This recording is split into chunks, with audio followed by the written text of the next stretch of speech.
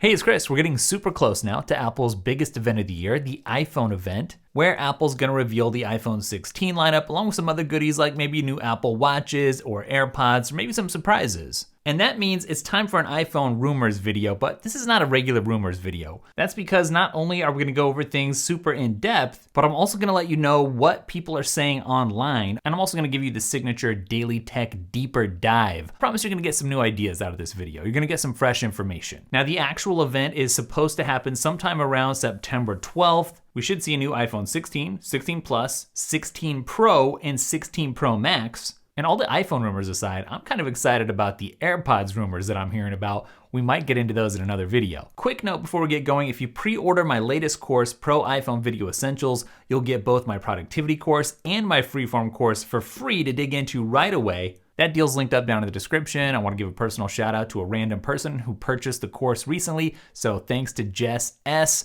And let's get into the video. Our first rumor of the day is that you can expect larger displays and thinner bezels. The new 16 Pro and 16 Pro Max are rumored to be growing to 6.3 and 6.9 inches respectively, and will supposedly have even thinner bezels. It's gonna enhance the viewing experience without increasing the overall device size. And the only way to really make that happen is if you shrink down the bezel. Of course, the current bezel actually gives you a little bit of a place to grip without pressing onto the screen accidentally. So if Apple continues to press towards a bezel-less future, then they're gonna have to make sure that the design tweaks keep things usable and that people actually like the changes. Oftentimes, Apple's design changes end up working out well, but the new photo redesign has some people like, hey, I miss the old version. So you wanna avoid that. How are Apple fans reacting? Well, you can see here, kind of reminiscing about that old 13 mini, which no longer exists, obviously, where it was a little bit easier to reach the whole screen with just your thumb. And here's your Daily Tech deeper take. As our mobile screens continue to grow, so does the potential for a paradigm shift where the phone moniker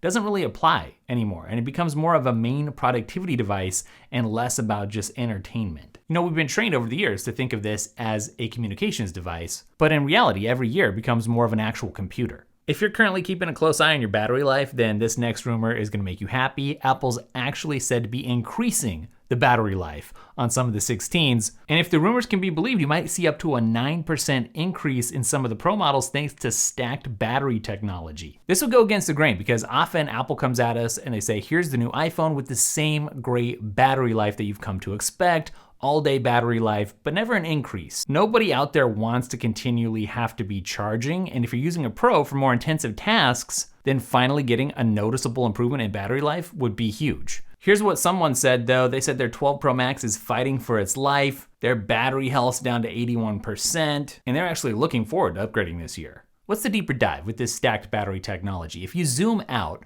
and you see where smart homes are headed, where you see where AR devices are headed, with smart glasses in the pipeline, it could be that Apple is intending to eventually use the iPhone as the battery pack that ends up powering all the different gadgets in your life and doesn't need a battery pack, but actually becomes the battery pack. Obviously that's a ways off now, but keep stacking those 10% increases with future releases, and you start to see a glimpse of where the future could end up. Now, of course, it's rumored that the next models are gonna get a new chip, which this year isn't just gonna be about improved efficiency and performance like you've come to expect. This has to do with powering Apple Intelligence. For a few years now, it feels like people have been saying, you know, these chip upgrades, they feel less impactful unless they come coupled with some serious software capabilities. And there might be some promise there with Apple's new AI features as long as it's not overhyped. This comment here probably resonates with a lot of people where this person says we've entered the era of diminishing returns, and this person's gonna keep their 13 Pro. The deeper dive though is that the new chips are not just gonna be about processing data faster.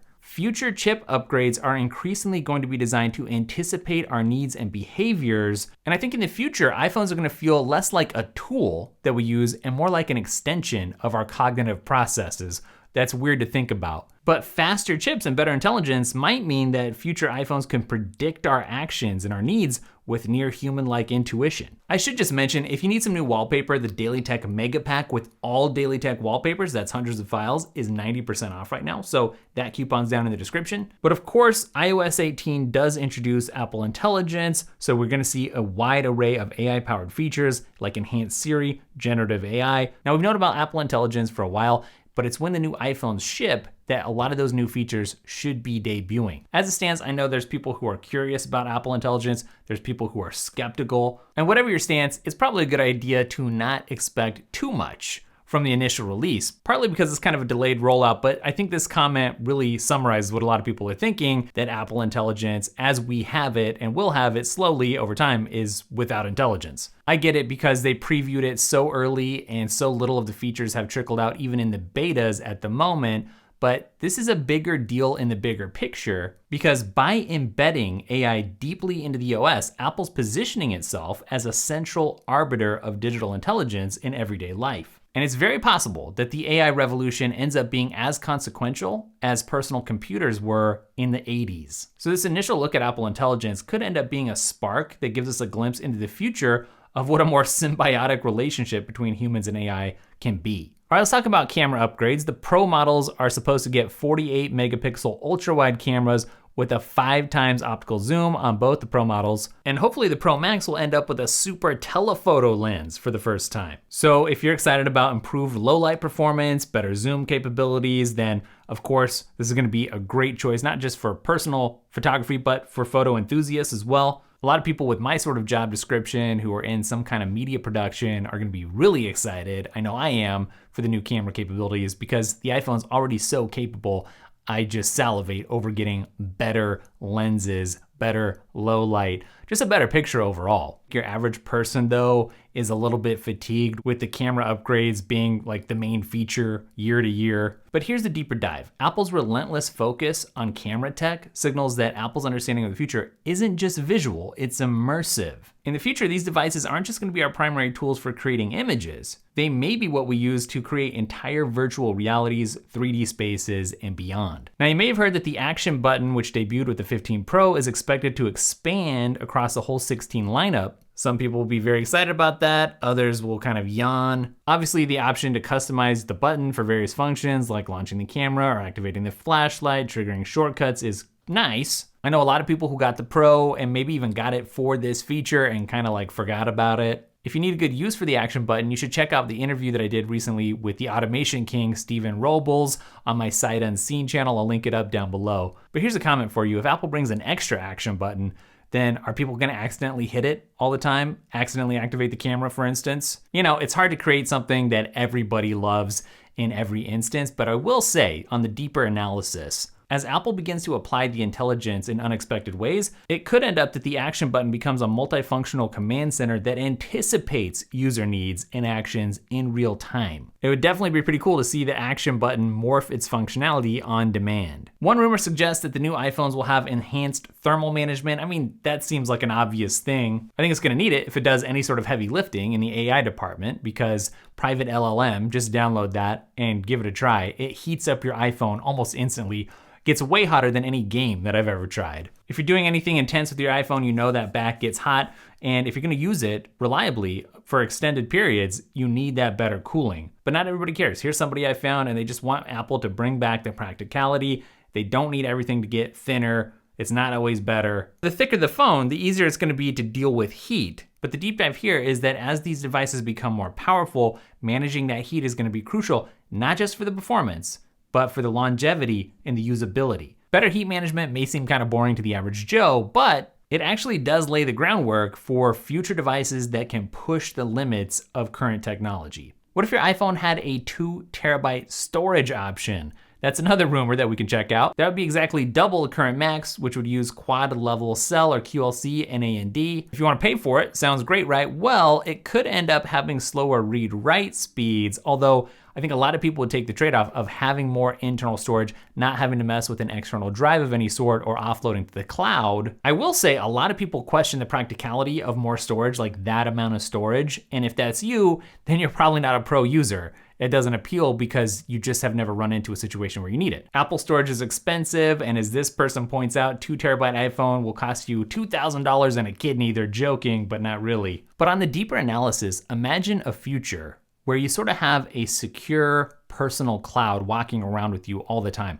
if we keep getting massive jumps in storage, local storage. In the future, we may have unprecedented levels of privacy and data security, effectively creating a decentralized personal cloud that just lives in your pocket. How about the rumor that says we could see Wi-Fi 7 support on the iPhones? A lot of people are excited. A lot of people are like, why do I need that? If this rumor pans out, Wi-Fi 7 will probably hit the Pro models, while the standard models will see Wi-Fi 6E. Obviously, a faster, more stable wireless connection would benefit everybody, not the kind of thing that you spend your time thinking about, oh, I wish I had that, but you notice when you don't have it. Before you go and get too excited, taking advantage of that is probably gonna require you upgrading your home networking equipment, just so you know. Digging a little deeper, you can see how in the future, a fast, stable Wi-Fi connection isn't just gonna be a luxury like it's going to be for the next iPhone. But you can see how that would be a necessity, where it enables everything from advanced gaming to remote work to interconnected smart cities. So obviously, as cool new tech comes down the pipeline, this is an important thing if you're going to be holding onto your iPhone for 4 or 5 years.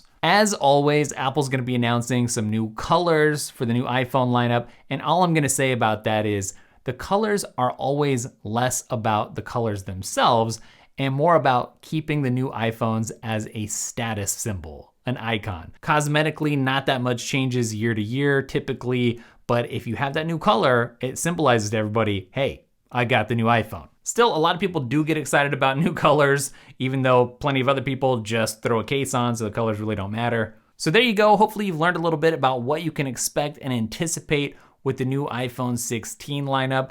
Let me know down in the comments, does this appeal? What are you upgrading from if you're upgrading? Why are you not upgrading if you're gonna pass? Don't forget to check out the wallpapers, 90% off, linked up down below, and the new courses 3-for-1 deal. When you pre-order the new course, Pro iPhone Video Essentials, you'll also get Learning to be Productive and Freeform Unleashed immediately to dig into. Thanks for hanging out today, and I'll catch you in the next video.